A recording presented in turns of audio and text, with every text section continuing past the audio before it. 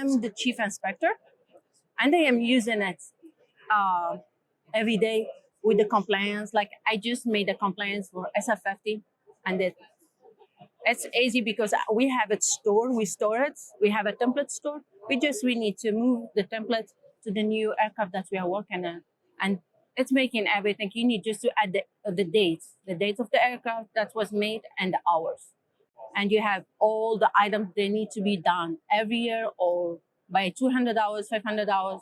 You get all the updates all that with the time, and you are not going to miss any inspections because you already know. And also you can put the service bulletin when you add them to your template for the aircraft.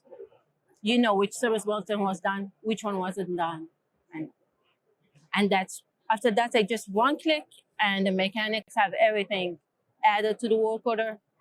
And everything is easy. Yeah. And also for the sign-offs, we can put the sign-offs for them. And then you just like one click, put just one letter.